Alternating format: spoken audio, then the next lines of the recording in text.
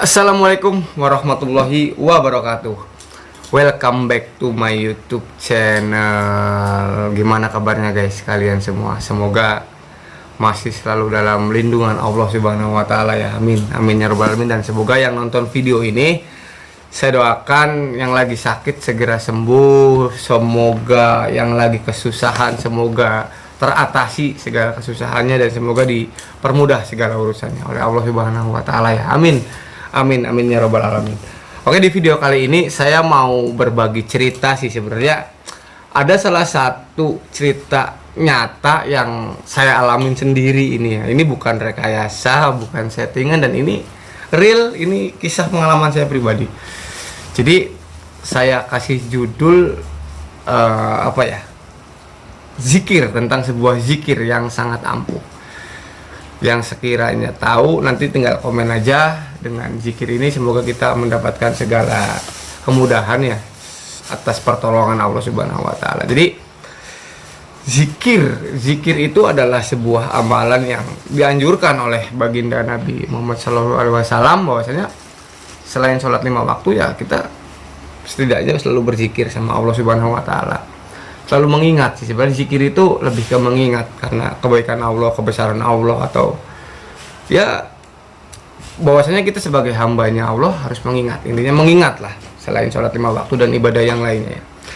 Jadi gini, ada salah satu pengalaman menarik nih guys tentang sebuah zikir ini ya. Walaupun sebelumnya saya belum pernah mengenal, atau sebelumnya saya nggak tahu bahwasanya ternyata ada zikir, salah satu zikir Allah yang ketika kita mengalami kesusahan itu, dengan kita berzikir itu langsung akan ditolong oleh Allah Subhanahu wa taala. Itu benar, dan pernah kejadian di tahun 2019 sebelum saya mengenal zikir itu ya.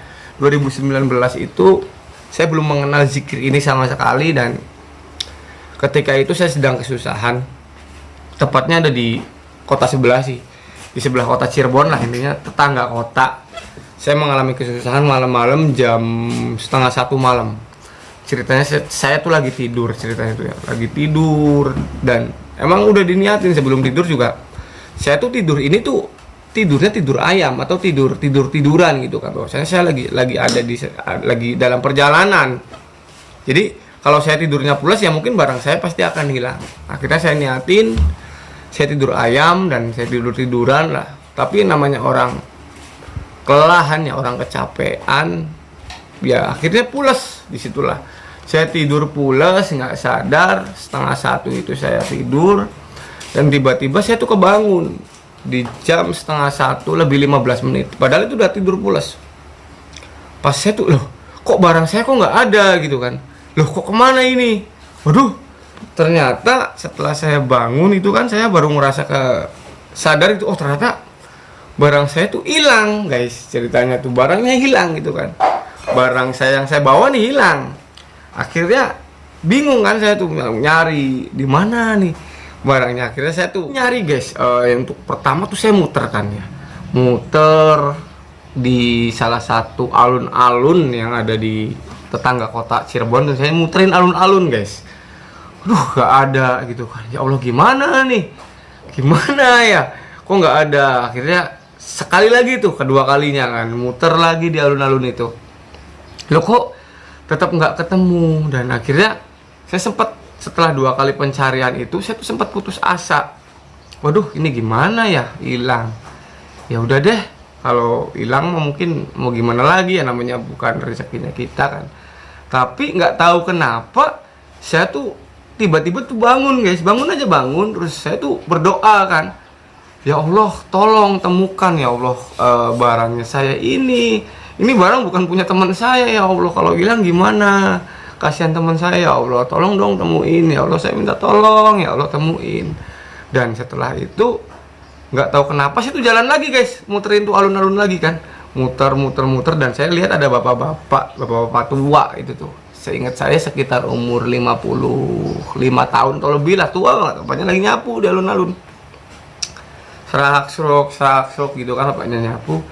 Nah saya tuh nanya, Pak assalamualaikum gitu. Waalaikumsalam, kenapa dek gitu kan. Akhirnya kata bapak itu, Pak saya mau nanya Pak, Bapak lihat barang saya nggak Pak gitu. Barang apa Pak? barang apa mas, kata bapaknya tuh bilang gitu kan ya.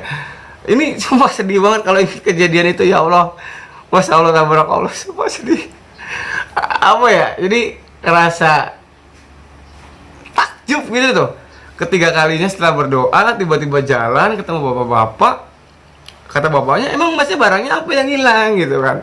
Ini pak, saya tuh bawa gitar pak, ceritanya tuh kan, bawa gitar. Nah, saya tuh lagi tidur pak, saya cerita aja ke bapak itu kan, gitar saya kok hilang pak gitu, ada yang ngambil pak. Bapak tahu nggak pak, barangkali ada yang lagi main gitar gitu kan. Akhirnya bapak itu tuh bilang gini, coba deh mas di sana katanya. Jadi saya ada dengar suara-suara kayak orang main gitar gitu kan. Oh ya udah pak, makasih pak, terima kasih banyak gitu kan. Saya permisi tuh ke bapak-bapaknya. Terus saya jalan lagi di alun-alun itu tuh. Dan ternyata benar di salah satu warung nih ya, itu ada 3 orang apa 4 orang lah. Saya ingat saya antara 3 orang. Dia tuh lagi mainin gitar saya itu guys, gitar teman saya sih sebenarnya, bukan gitar saya ya. Gitar temennya saya lagi dimainin. Karena pada saat malam itu tuh saya tuh bener-bener emosi gitu ya, bener-bener wah udah dikuasai dengan emosi dan amarah ya gitu. Saya tuh datangin tuh 3 orang anak ini atau 3 orang pemuda ini, saya datangin dan akhirnya ke mas-masnya tuh, mas gimana sih, orang saya lagi tidur, gitar saya diambil, dicuri, sini, saya tuh rebut guys ceritanya tuh ya, dengan bahasa kalimat yang kotor lah, tapi saya nggak sampai mukul sih, alhamdulillah ya, nggak sampai melakukan sebuah kekerasan, cuma kata-katanya sempat ya kasar gitu kan, karena emosi gitu kan. Orang lagi tidur, gitarnya diambil, gedek gitu kan, so ambil paksa sambil ngomong kata-kata yang kasar itulah. Nauzubillah min dalik ya, jangan sampai nanti kejadian ini keluar kata-kata yang nggak baik gitulah, karena emosi juga sih ya. Akhirnya dikasihin tuh guys ceritanya sama si mas-mas 3 orang itu, ini mas. Nah si yang ngasihnya tuh ketakutan gitu kan, gemeter. Saya marah gitu, gemeter ceritanya. Saya ini mas, ini bukan saya mas yang ngambil, tapi teman saya mas, orangnya lagi beli rokok gitu kan. Ya udah pokoknya sini barang saya gitu kan, gitar saya sini. Akhirnya dikasihin guys. Nah ternyata di salah satu warung itu tuh kan rame tuh, warung ya kan. Ada ya nauzubillah min dalik ya, ada sekumpulan pemuda juga di samping warung itu, ada warung lagi lah. Itu ada yang nggak terima guys ceritanya, bahwasanya saya marah-marah ngambil gitarnya saya nih. Ada pemuda asal orangnya sih 3 apa 4 lah, saya lupa, pokoknya segituan lah ya. Dan ada salah satu ceweknya juga di warung itu ya, bilang gini, mas kamu tuh jangan kayak gitu, saya tahu kamu bener tapi caranya salah, jangan kayak jagoan, kamu bukan orang sini, kata mas-mas yang mabok itunya tuh. Itu mabok sih kebetulan, itu mabok, saya lihat sendiri mereka lagi pada mabok. Dan akhirnya yang tadinya saya tuh berani gitu kan sama 3 pemuda yang tadi, tiba-tiba saya tuh ngeper aja, nggak tahu kenapa ya, takut gitu ya. Ternyata aduh ini gimana nih, dia ngancem bahwasanya kamu mau saya gebugin gitu kan, kata si mas-mas yang itunya tuh. Dan akhirnya si pacarnya si mas itu yang mabok itu bilang gini ke saya, udah mas jangan diladenin pacar saya, masnya pergi aja, cari selamat aja, barangkali masnya digebugin gitu kan. Dan kebetulan posisi itu emang saya posisinya sempat ngeper gitu kan, sempat aduh gimana nih gitu kan. Ya udahlah akhirnya saya nggak tanpa banyak bicara, saya pergi tuh tinggalin. Dan orang itu sempat mau nguber, si mas-masnya nggak terima itu tuh yang mabuk itu, mas mau kemana gitu kan, sini berantem sama saya, kata dianya bilang gitu. Saya nggak ladenin gitu kan ya, karena ya satu emang posisinya saya jujur takut. Posisi yang tadinya awalnya ngambil barang sendiri nggak takut berani, sekarang udah gertak sama mereka yang mabok, kok nyari saya menciut kan. Akhirnya ya udahlah tanpa pikir panjang nggak saya ladenin dan jalanlah saya ke jalan. Dan akhirnya di jalan itu ketemu sama salah satu ya orang sih, maksudnya gede tinggi, wah serem, tatoan. Dan akhirnya setelah saya minta tolong guys, mas tolongin saya mas, tadi saya baru aja hampir digebugin gitu kan, ceritain semua awal masalahnya kan. Dan alhamdulillah ternyata walaupun tampangnya serem ya, si mas-mas ini yang di pinggir jalan itu yang sendirian itu bilangnya sih ngakunya orang Indramayu, bilangnya akunya orang Indramayu, dan dia asli orang Indramayu lah, orang Karangampel kalau nggak salah, kalau seingat saya gitu kan. Dan akhirnya orang itu baik, dan walaupun emang tampangnya serem banget, bahkan lebih dari serem mereka semua yang tadi orang-orang itulah yang pada mabuk itu, lebih serem, gede tinggi gendut, wah serem, tatoan semua kan, rambutnya panjang. Akhirnya masnya bilang gini, udah mas tenang aja, mas kan sama orang, saya orang Indramayu, masnya orang Cirebon, kita itu temen gitu kan.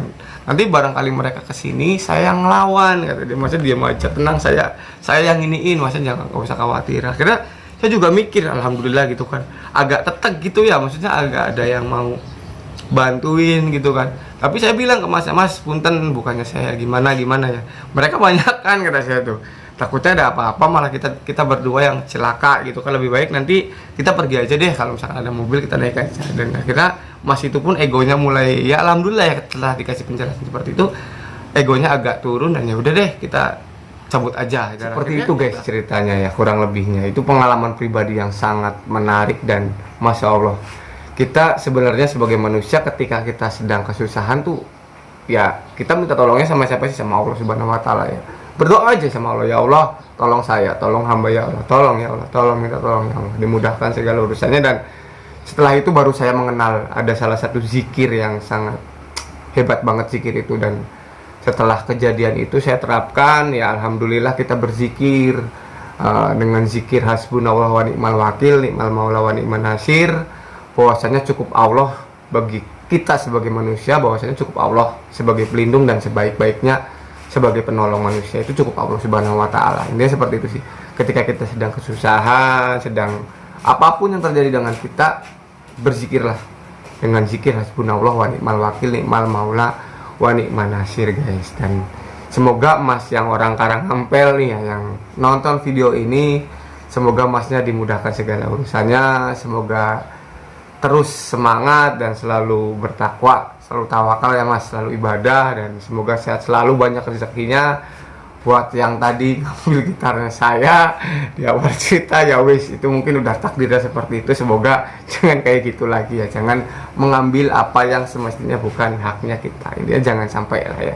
Masih mending ngomong aja, mas minjem gitar, saya mau main gitar, atau mas minjem, saya mau pakai dulu gitu. Mendingan kita ngomong, karena ya sebaik-baiknya kita ngomong, izin dulu sama pemiliknya. Terima kasih yang udah ngikutin videonya ya, udah lihat cerita kisah ini, kisah nyata ini. Semoga kita senantiasa menjadi manusia yang lebih baik lagi, dan semoga kita senantiasa lebih taat lagi sama Allah Subhanahu wa taala, dan segala urusannya kita dimudahkan ya sama Allah Subhanahu wa taala. Amin amin ya rabbal alamin. Terima kasih banyak. Mohon maaf bila ada salah-salah kata dan kurang berkenan. Billahi taufiq wal hidayah. Wassalamualaikum warahmatullahi wabarakatuh.